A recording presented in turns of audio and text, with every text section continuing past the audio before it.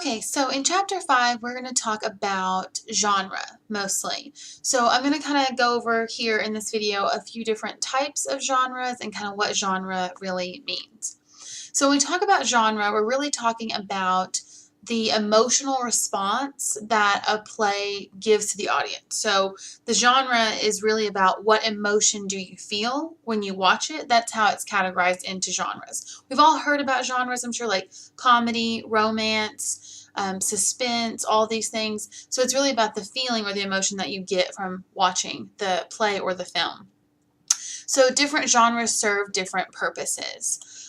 So they serve different purposes, different emotional connections. So let's talk about, there are 4 major genres. That's tragedy, comedy, tragicomedy, and melodrama. So let's start with talking about tragedy, right? This terrible thing. So a lot of times we hear the word tragedy thrown around to just mean something sad, right? It was a tragedy that happened here. This is a tragic thing that happened. So it is not exactly just that, though. It's not just sadness or just horrible things that are happening. Tragedy, in order for it to be a tragedy, it needs to be serious. So it will be a serious play. It will end unhappily. There's no happy ending. Like, think about a romance or a comedy. It's like everything works out. Well, in a tragedy, nothing does. It's going to end in a horrible way. There are emotions of pity and fear. So oftentimes in a tragedy, we will pity the person going through these horrible things. So we'll feel a connection of sadness or pity, like I feel bad for that person. And then also there's that fear element of like, oh, what if that happened to me, right? This is a horrible thing that could happen. I'm afraid it could happen to me. And there's a magnitude or an importance to a tragedy. To be a true tragedy, something has to be very, very important. So in order to create magnitude or importance, they're oftentimes going to be a social class of characters that's going to be involved. So the characters are going to be important people. There's also issues that are treated, and there is an ethical choice. So always in a tragedy, there's going to be sort of this decision to be made, this ethical choice that has to happen, it has to take place. So one way to look at it is like, it's not something that's straightforward.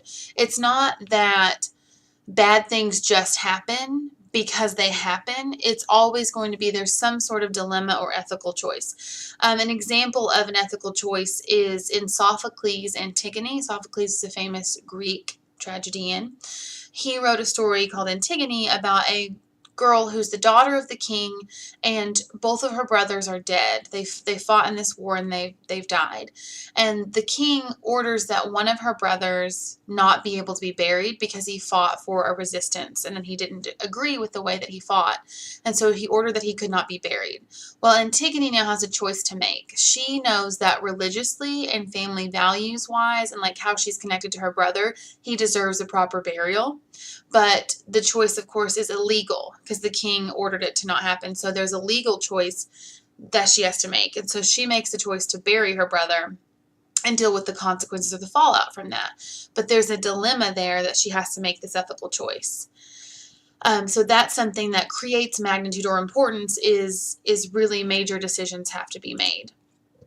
So oftentimes there's a morality tale when it comes to tragedy. So the idea of a tragedy is really that good people make mistakes, that good people have to make choices and can make mistakes. Oftentimes the Greeks really hammered home the idea of tragedy as teaching moral lessons, right? So they would teach these tragedies in the schools to students so that they knew, like, if you make these choices, like, you can be a good person, but you can make bad choices, and then something's going to happen to you. Like, you don't just get to make choices. And the idea was that it's not chaos. It's not like random things happen. It's like you have choices. You make those choices. There are consequences to those choices. And it's a really complex moral universe. It's not just simple, straightforward. It's like people have a lot of emotions and issues and things tied together. A lot of times the idea of tragedy is like, why is it so popular, is because of something called catharsis or an emotional release. So the idea is that, if you've ever been like, I'm really sad, I just want to cry, let me put on a sad movie so that I can cry, right? So something can trigger you, or a song or something can give you an avenue to like get those emotions out of your body. That's the idea behind tragedy, is catharsis, or the idea that we can expel some of those emotions by watching something that will kind of trigger them in us. Also, it's a popular because it teaches value or teaches lessons. Like I talked about with the Greeks, a lot of times it teaches, like, these are the choices you should make, and if you make the wrong choice, bad things are going to happen to you. And it also looks at strength of character, how people deal with adversity. It really examines like the human spirit and how do people move forward from bad things happening to them. There are a lot fewer tragedies that are written today. So when we think about tragedies, we oftentimes are thinking about like ancient Greek tragedies, or even like early 1900s, there were more tragedies, but there are a lot fewer tragedies written today. And so one of the reasons for this is because there's an absence of shared standards. So for example, maybe back in the day when there was a dictator and it was like, this is the way that the world is and this is how you have to live, then everybody sort of has that same idea. This is what is right and this is what is wrong. But if you look at today's world, there of course are going to be a lot of different viewpoints, right? Because we have a world in which people can come to their own decisions about things. And so you don't have one national religion. I mean, think about America, there's religious freedom. So you don't have one religion that this is what you have to do. And so therefore people are going to have different religions and different ideas of what is right and wrong. People are going to have different moral values and different philosophies about the way the world should be. So if you don't have one set standard, it's a lot harder to write a tragedy and say, if you don't do this, then this will happen, because people don't always agree with that. There's also a decrease in the importance of an individual's fate. So because we don't have like kings, or we don't have very specific, like, these are the most important people based on a class system. I mean, we don't have that explicitly stated. Then, it's not as important to put like everything on this one person. So tragedies often have a main character who are doing these things, and that's less valued today.